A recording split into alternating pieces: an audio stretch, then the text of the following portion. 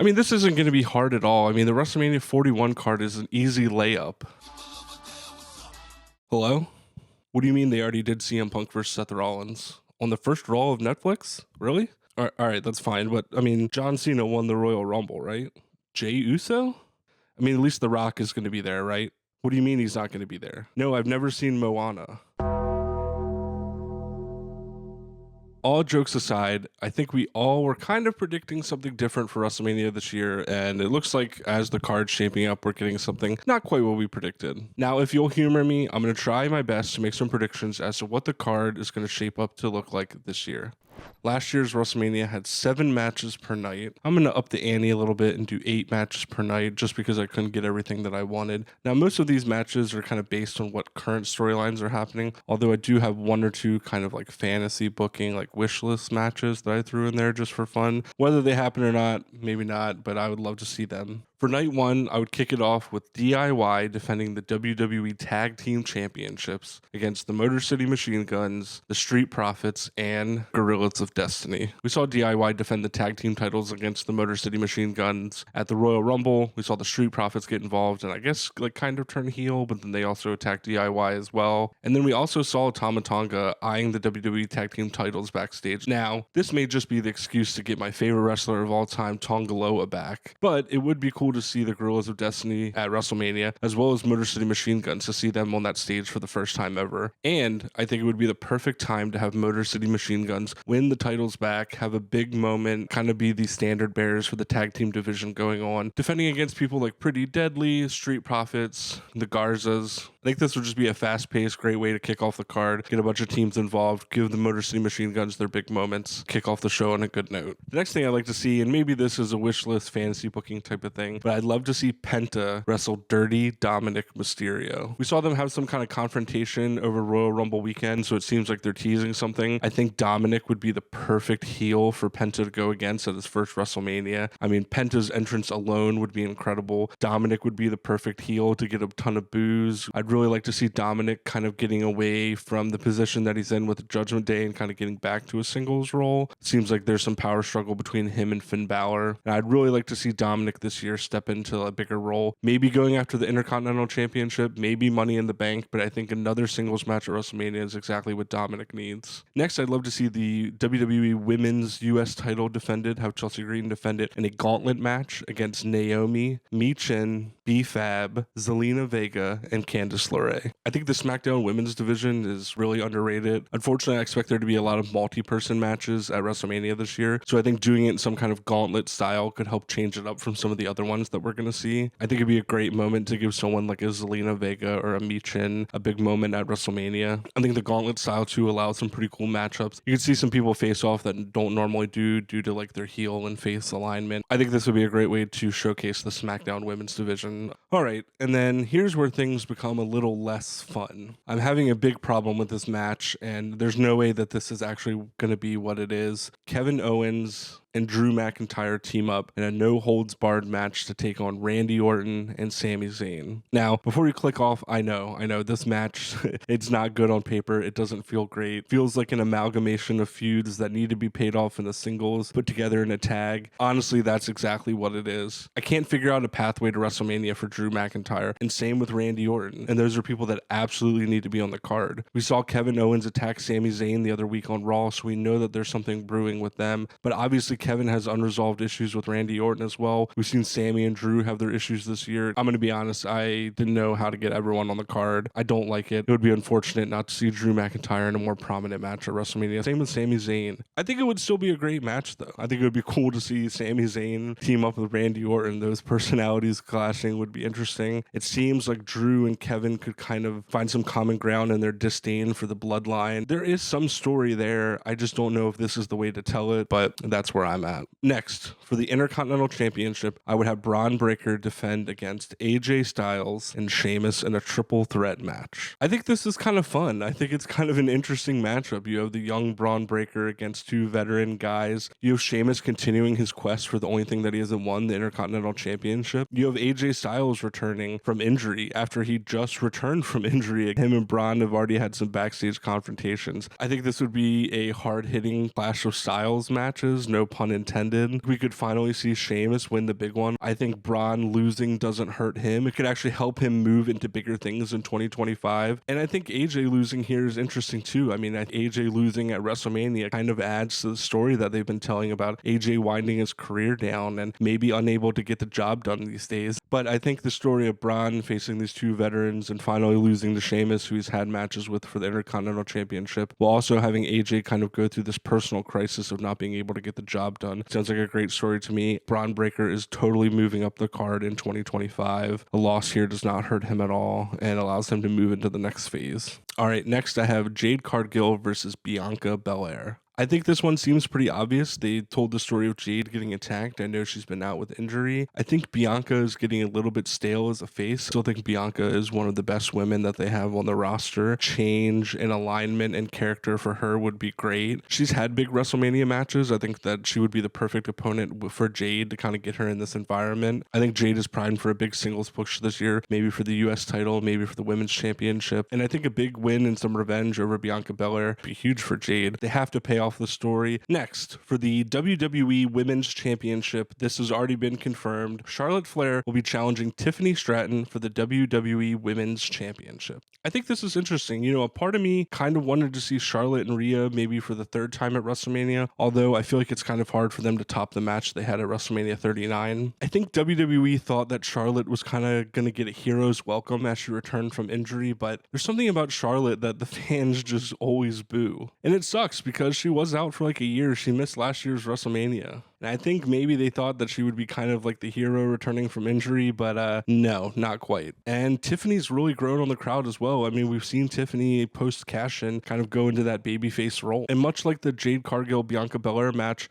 Charlotte has been there. She's done everything there is to do in this industry. And I think she'd be the perfect opponent for Tiffany's first WrestleMania match. I expect a million moonsaults to be hit in this match. I could totally see Charlotte winning this one, although I think it would be a shame because I think Tiffany's just starting to kind of get going with her reign. I think people will be really surprised by this match. I think Tiffany's grown a lot over the past year. I think Charlotte really brings out the best in her opponent. Yeah, I don't know. This match is going to be sick. All right, finally, the main event for night one. I'm not going triple threat. I'm going one-on-one. I'm doing Roman Reigns against Seth Rollins. This match has been quite literally 10 years in the making. And as these two have been interlinked for so long, they've never really had that big singles match. I mean, the last time we saw them in a singles, I believe, was at the Royal Rumble in 2022 that ended in a disqualification. Obviously, the story is there. Obviously, the history is there. I liked what they did at the Royal Rumble, having Seth give that brutal curb stomp to Roman. That was crazy. CM Punk getting involved. I think this is a story that needs to be told as a singles. Just Rollins versus Reigns one-on-one. And I think a match of this caliber truly could be the main event of WrestleMania without any title on the line. I mean, these have been the top two players for the last 10 years. Both guys are valid for their hatred and vindictiveness towards each other. I mean, we saw last year at WrestleMania that Roman is still not over Seth's betrayal of the Shield, and we see that Seth is still kind of in Roman's shadow. There's been so much animosity brewing, and the little points that they've done over the year, obviously everything that was done at WrestleMania 40, everything that was done with War Games, with Seth refusing to be on Roman's team, there's no better place to do it than the main event of WrestleMania. For me, I kind of look at this feud as the Triple H and Rock of our generation. I mean, Rock and Austin were always the number one of their generation, but Triple H was always kind of that antagonist right below them. And you could argue that one of the Rock's biggest rivals besides Stone Cold was Triple H. Same could be said for Reigns with Rollins. These two kind of need each other. Their careers are so interlinked. And I'll be honest, I think Seth Rollins needs to get the win here. And the reason I do that is because I think a win for Rollins would be huge, but honestly, a loss for Roman would be huge too. The one thing I didn't like this year was for War Games, it didn't really feel like Roman atoned for any of his past actions. The bloodline kind of just got back together because, well, I don't know, they needed to. Roman never really apologized to Sami or the Usos for everything that he had done. And I think a loss here could weirdly be introspective for Roman, him losing at WrestleMania, his family potentially winning big at WrestleMania. I think the dichotomy there would be so interesting. I think the tribal chief needs to be humbled a little bit. It might allow him to be a little more introspective. We could see Roman kind of acknowledge, no pun intended, all of the mistakes that he's made over the last couple of years and finally feel the repercussions of that. It's just the wise man. The bloodline after War Games, everybody's doing their own thing. Jay's got a huge match. Jimmy, I'm sure, will be involved in WrestleMania solo as well. Roman is still on the island of relevancy. I think he just learns that it's lonely at the top. I think there's a great story to be told here even after WrestleMania, but I think Seth needs it here. I think Seth needs a big win, and I think Roman needs a big loss. And I would end WrestleMania Night 1 with Seth Rollins standing tall and Roman Reigns kind of acknowledging him there at the end,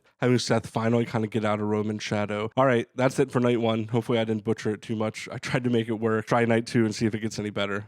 Hey, sorry for the interruption. Do you like the video that you're watching? If so, please go ahead and like the video, subscribe, hit the bell to receive notifications, leave a comment to let me know if you agree or disagree with any of my predictions. I plan on putting out more wrestling content in the near future. I'm a new channel, so any engagement helps big time. I appreciate it. All right, let's get back to the predictions. I would kick off Night 2 with what's been confirmed after this past Raw. I would do Jey Uso taking on Gunther for the World Heavyweight Championship. Jey has officially challenged Gunther for the World Heavyweight Championship. I think we all kind of knew that was going to happen, but now it is confirmed. Now, I'll admit, when Jey won the Royal Rumble, I don't want to say I was disappointed, but I definitely was a little confused. I mean, this was the most stacked Royal Rumble of all time, and it seemed like there was maybe 3 or 4 other people that could win before Jey. Personally, I thought CM Punk was going to win. If not, John Cena was a close second. But now after some time, I actually really agree with the decision to have Jey Uso win the Royal Rumble. I mean, we're always complaining about how predictable things are or how WWE doesn't push new stars. They have the same people in title matches year after year. And I don't know, it just felt fresh and different. It really felt like this was the first person since Nakamura won it back in 2018, where it came as like a little bit of a shock. That being said, I think this match is going to be great. I know people are critical of Jey's in-ring, but if you watch the match that he had with Gunther last year for the Intercontinental Championship, even the match they had on Saturday night's main event, I mean, those two definitely have chemistry. And I do think that Jey dethrones Gunther as the World Heavyweight Champion. I do think there's an opportunity if Gunther loses to do a little bit of a reset. I don't want to say I was disappointed in his title reign, but I definitely thought maybe the challengers would be a little bit different. I think we all thought the world title run was going to be like a higher profile version of his Intercontinental Championship run, and it really feel like it kind of peaked early with like the matches with Randy Orton. I was surprised we never got him and Seth on pay-per-view. It seemed like they were building to Gunther and CM Punk at a point too. This isn't the last time we'll see the ring general with a world title. Next, I would have the WWE World Tag Team titles on the line, have the War Raiders defend them against the New Day and the team of the LWO, which is Rey Mysterio and Dragon Lee. Kind of in the same line as the tag match the night before. This is just a way to get multiple teams involved. I think it would be fast-paced, high action, a lot of cool spots. I'm really enjoying this heel New Day run that they've started. They've already been feuding with Rey and the LWO a little bit, so it makes sense for them to get involved. The Raw tag division kind of needs a little bit of a restructure. I mean, the Creeds seem to be in the picture now. That's good. There's maybe some teams from NXT that could come up or some reshuffling with the draft. Maybe we could see Big E get some revenge after the New Day embarrassed him on Raw a few months ago. I would like to see the New Day win here. I mean, we haven't seen them as heel champs in a long time. I think they are by far the most interesting team on the Raw division right now. Next, I would do Solo Sikoa versus Jacob Fatu in a tribal combat match. I think we all know those 4 magic words are coming. I hate you, Solo. Jacob Fatu is definitely going to utter them soon. We've seen them kind of starting to build some tension on this past SmackDown. I mean, Jacob Fatu is ready to break out. I mean, the crowd loves him. Everything he does is just so intense and so crisp. He's probably the best guy on the microphone in WWE right now, and that's not even a hyperbole. He's definitely up there with the best of the best. I think you've done everything that you can with Solo as a heel this past year. Maybe a change in alignment and kind of getting Solo more onto the face side, maybe get him back to that NXT character would be good. We could possibly see a debut from the Bloodline, maybe a Hikuleo or a Lance Anoa'i. Somebody here, it's tribal combat, people always come out. You have to have Jacob win here. You have to have him pretty much completely brutalize Solo and allow him to take over this new Bloodline and kind of just become a main player on SmackDown. Next, I would do a ladder match for the United States Championship. Shinsuke Nakamura defending against Damian Priest, Carmelo Hayes, Andrade, LA Knight,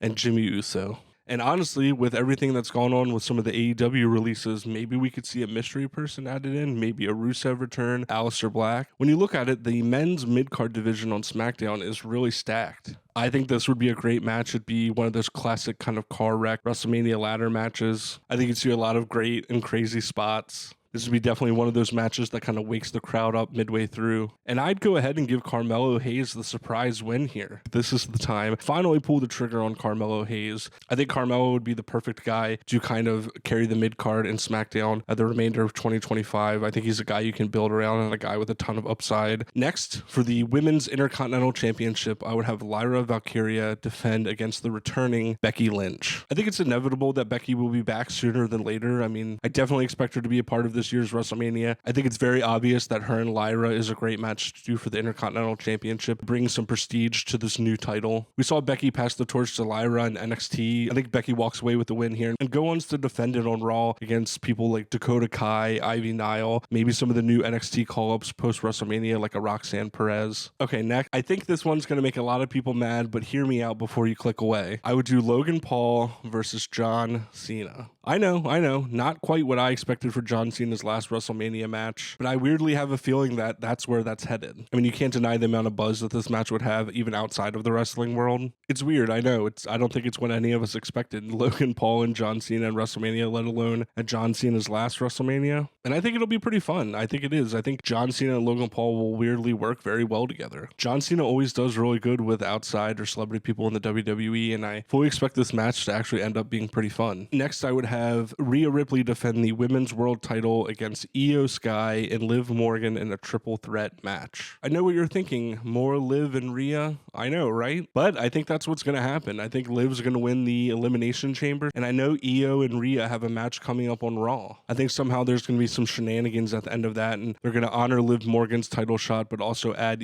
Io into that as well. Honestly, these are the top 3 women on Raw right now, and I think it would be great. I mean, I think people have been clamoring for Io and Rhea to get in the ring together, and this is one way to start it. I fully anticipate Rhea to retain here. I think she's going to go on another long title reign, and I think that you continue with Io and Rhea one-on-one after this. I think Liv needs a little bit of a shakeup after this. I fully expect post-WrestleMania for there to be a total breakdown in the Judgment Day. Honestly, I think this match could steal the show. All 3 of these women are awesome. All right, without further ado, let's get into it. For the main event of night 2, I would do CM Punk challenging Cody Rhodes for the WWE Championship. I know, I went for it. I just said, screw it, let's do it. I want this match so bad. The promo battle that CM Punk and Cody had before the Royal Rumble last year made me want this match. Then the one that they had prior to the Royal Rumble this year made me be like, no, we need this match right now. And when you think about it, this match is really surreal in the first place. I would have thought that this would have been a big main event for AEW a few years ago, let alone the main event of WrestleMania. I think CM Punk will win the Elimination Chamber. Somehow Paul Heyman's favor will come into play. Maybe that could be in the Elimination Chamber. Maybe he could be the last entrant. I truly think this is one of the biggest matches that WWE can do right now. Cody has been on a tear this past year. So is CM Punk after coming back from injury. And honestly, I think either man could take it here. I could totally see Cody retaining and maybe that leading to CM Punk turning heel. I don't know. Either way, I'd be happy. I just want to see this match. I think a triple threat with John Cena is possible if they don't go the Logan Paul route. It would be cool to see CM Punk and John Cena in a WrestleMania main event together. I think we all just thought it was supposed to be 12 years ago against The Rock and not Cody Rhodes. I also think it would be interesting if CM Punk finally got what he wanted. He finally got that WrestleMania main event and he lost. There's so much that they could do here in this match. There's so many stories to be told, but I think it's the move, and we have CM Punk and Cody Rhodes close out the night for night 2 at WrestleMania.